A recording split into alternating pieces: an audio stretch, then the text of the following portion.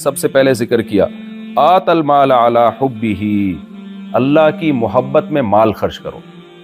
کافر بھی مال خرچ کرتا ہے، اسٹیٹ کو خوش کرنے کے لیے خرچ کرتا ہے، انسانوں کو خوش کرنے کے لیے خرچ کرتا ہے۔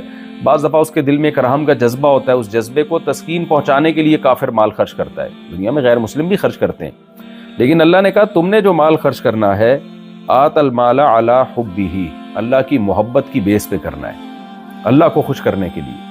کافر اللہ کو خوش کرنے کے لیے نہیں کر رہا ہوتا، تو تم نے اللہ کے لیے کرنا ہے۔ اور دیکھیں اللہ نے اسلام کے احکام میں عقائد کے بعد سب سے پہلے انفاق کا تذکرہ کیا ہے، خرچ کرنا۔ کبھی قرآن نماز کو پہلے ذکر کرتا ہے، خرچ کرنے کو بعد میں، کبھی خرچ کرنے کو پہلے اور نماز کو بعد میں۔ تو یہ دونوں لازم ملزوم ہے کہ عبادت بھی کرنی ہے اور اللہ کی راہ میں خرچ بھی کرنا ہے۔ تو کنجوس آدمی کا اسلام میں کوئی جو ہے مقام نہیں ہے، اور اہل جنت کی جو صفات بیان کی گئی ہیں ان میں کنجوسوں کا کوئی تذکرہ نہیں ملتا، ہمیں ہمیشہ سخی لوگوں کا تذکرہ ملتا ہے۔ اس لیے اللہ نے فرمایا کہ آت المال، مال خرچ کرے گا تو کس بیس پہ خرچ کرے گا؟ علی حبہ، اللہ کی محبت کی بیس پہ، اللہ کو خوش کرنے کے لیے۔ کہاں خرچ کرے گا؟ ذوی القربا، رشتہ داروں پر سب سے پہلے۔ یہ آیت کل بھی اسی سے ملتی جلتی آیت آئی تھی کہ اللہ کو سب سے زیادہ جو رشتے محبوب ہیں نا انسانوں کے لیے، وہ ان کے اپنے رشتہ دار ہیں۔ سب سے پہلے آپ کو اپنے رشتوں کا خیال کرنا ہے، رشتہ داروں میں سب سے پہلے والدین، تبھی قرآن والدین کو الگ سے ذکر کرتا ہے۔ اس کے بعد جتنا جتنا قریبی رشتہ ہوگا اس کا حق اتنا ہی زیادہ ہے، تو اپنے رشتہ داروں پہ خرچ کرے۔ والیتامى، پھر یتیموں پہ خرچ کرے۔ کل بھی اس جیسی آیت آئی تھی کہ یتیم اگر رشتہ دار بھی ہو تو اس کا ڈبل حق ہے۔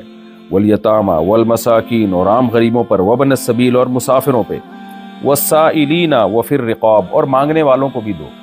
یہاں مانگنے والوں سے وہ مانگنے والے مراد ہیں، دوسری حدیث سے پتہ چلتا ہے کہ جو مستحق ہوں، پیشہ ور بھکاری جن کا کام ہی بھیک مانگنا ہو۔ سیدنا عمر بن خطاب رضی اللہ تعالیٰ عنہ سے ان کی مخالفت منقول ہے، کیونکہ اسلام نہیں چاہتا کہ آپ لوگوں کو بلا وجہ بھیک دے دے کے اپاہج بنائیں۔ ہاں جو ضرورت مند ہے، مستحق ہیں، تو بعض دفعہ وہ مانگ بھی لیتے ہیں، تو اللہ کہتے ہیں ان پہ خرچ کرو۔ وفی الرقاب، اور گردنیں آزاد کرانے میں، یعنی غلاموں کو غلامی کے طوق سے نجات دلانے میں۔ عرب میں ایسا ہوتا تھا کہ غلام کے مالک کو پیسے دیے جاتے تھے اور کہا جاتا تھا بھئی یہ غلام مجھے دے دو، وہ دے دیتا تھا، پھر اس کو آزاد کر دیتے تھے۔ اور بعض دفعہ یہ بھی ہوتا تھا غلام اپنے مالک کے ساتھ ایگریمنٹ کرتا تھا بھئی میں اتنے پیسے دے دوں گا کما کے تو مجھے آزاد کر دینا۔ تو جب کوئی غلام ایسا ایگریمنٹ کر لیتا تو پھر قرآن حکم دیتا کہ اس کی مدد کرو تم، اگر کسی نے ایسا ایگریمنٹ کیا ہے تو غلامی کو آزاد کرانے میں پیسہ خرچ کرو۔ آج اس آیت پر اس طرح سے عمل کیا جا سکتا ہے۔ غلام تو اب ختم ہو گئے دنیا میں، لیکن غلاموں جیسی زندگی بہت سے لوگ بسر کر رہے ہیں۔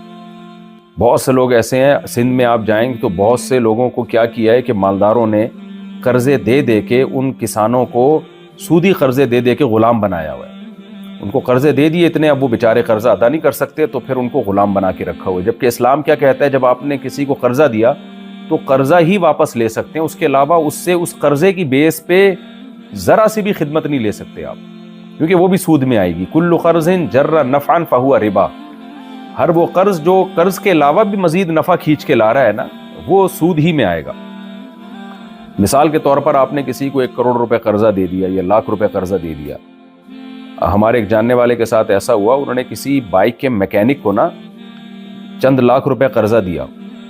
اب وہ بیچارہ قرضہ ادا کر نہیں پا رہا ہے، تو یہ اپنی بائک لے جاتے اور اس سے فری میں ٹھیک کروا کے لے آتے ہیں۔ وہ بھی ٹھیک کر دیتا کہ چلو یار اس بہانے مجھے قرضہ چھوڑا ہوا اس نے۔ میں نے ان کو بتایا، میں نے کہا یہ سود میں آئے گا، وہ آپ کی بائک فری میں جو ٹھیک کر رہا ہے وہ اس لیے کر رہا ہے کہ میں نے پیسہ دینا ہے اور ابھی میرے پاس دینے کی قدرت نہیں ہے، تو یہ گریوی میں چلو اس بہانے یہ ٹالتا رہے گا مجھے، تو یہ ٹھیک نہیں ہے۔ آپ اس کی مجبوری سے ناجائز فائدہ اٹھا رہے ہیں، اس سے اس کا اپنا قرضہ لیں اور اس کے علاوہ کچھ بھی نہیں۔ تو کسی بھی طرح سے جب کوئی جس پہ قرضہ ہو وہ مجبور ہو کے اگر آپ کی خدمت کر رہا ہے تو وہ بھی سود میں آئے گی۔ ہاں مجبور نہیں ہے وہ، اور نہ اس سے کوئی ایگریمنٹ ہے، نہ وہ کسی طرح سے پابند ہے، پھر اگر کوئی خوشی میں کچھ کر رہا ہو تو وہ تو آپس کی دوستی یاری کسی کی بھی ہو سکتی ہے۔ هل جزاء الاحسان الا الاحسان، احسان کا بدلہ احسان ہے۔ لیکن اگر کسی کو قرضہ دے کے آپ کسی بھی طرح سے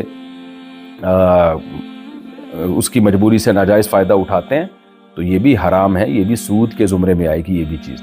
تو قرآن کہتا ہے غلامی سے نکالو۔ آج دنیا میں بڑی طاقتوں نے غریب ملکوں کو قرضے دے دے کے غلام بنایا ہوا ہے، تو کسی غریب ملک کو غربت سے نکالنے کی کوشش کرنا تاکہ وہ عالمی طاقتوں کے شکنجے سے نکلے، یہ بھی اسی میں داخل ہے۔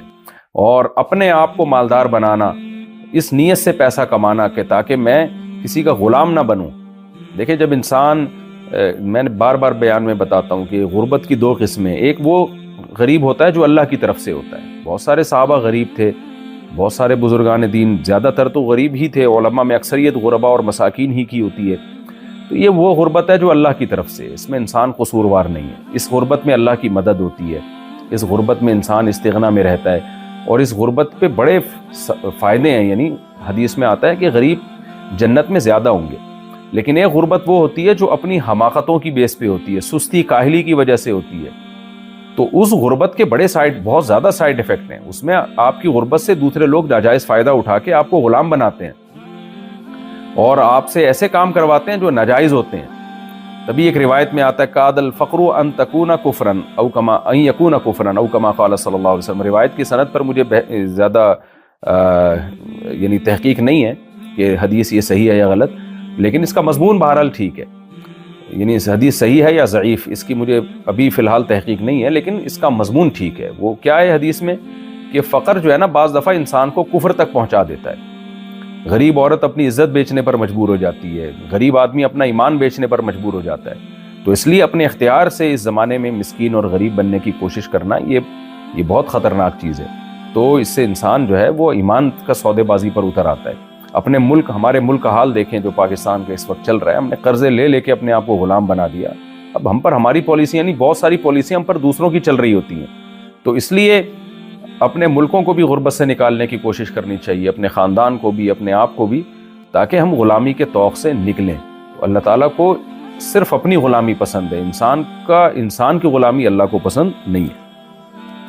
آگے اللہ فرماتے ہیں وَأَقَامَ الصَّلَاةَ وَآتَى الزَّكَاةَ، اس کے ساتھ ساتھ یہ شخص نماز بھی قائم کرے اور زکوٰۃ بھی دے۔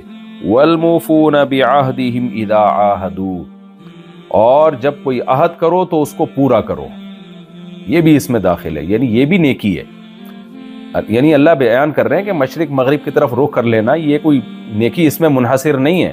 اصل نیکی تو یہ ہے کہ اللہ کی اطاعت کرو اور یہ صفات اپنے اندر پیدا کرو۔ والموفون بعہدہم اذا عاہدوا، معاہدہ کر کے اس کو پورا کیا کرو، ایگریمنٹ کی خلاف سے پہلے ذکر کیا۔ آت المال علی حبہ، اللہ کی محبت میں مال خرچ کرو۔ کافر بھی مال خرچ کرتا ہے، اسٹیٹ کو خوش کرنے کے لیے خرچ کرتا ہے، انسانوں کو خوش کرنے کے لیے خرچ کرتا ہے۔ بعض دفعہ اس کے دل میں ایک رحم کا جذبہ ہوتا ہے، اس جذبے کو تسکین پہنچانے کے لیے کافر مال خرچ کرتا ہے۔ دنیا میں غیر مسلم بھی خرچ کرتے ہیں، لیکن اللہ نے کہا تم نے جو مال خرچ کرنا ہے آت المال علی حبہ، اللہ کی محبت کی بیس پہ کرنا ہے، اللہ کو خوش کرنے کے لیے۔ کافر اللہ کو خوش کرنے کے لیے نہیں کر رہا ہوتا، تو تم نے اللہ کے لیے کرنا ہے۔ اور دیکھیں اللہ نے اسلام کے احکام میں عقائد کے بعد سب سے پہلے انفاق کا تذکرہ کیا ہے، خرچ کرنا۔ کبھی قرآن نماز کو پہلے ذکر کرتا ہے، خرچ کرنے کو بعد میں، کبھی خرچ کرنے کو پہلے اور نماز کو بعد میں۔ یہ دونوں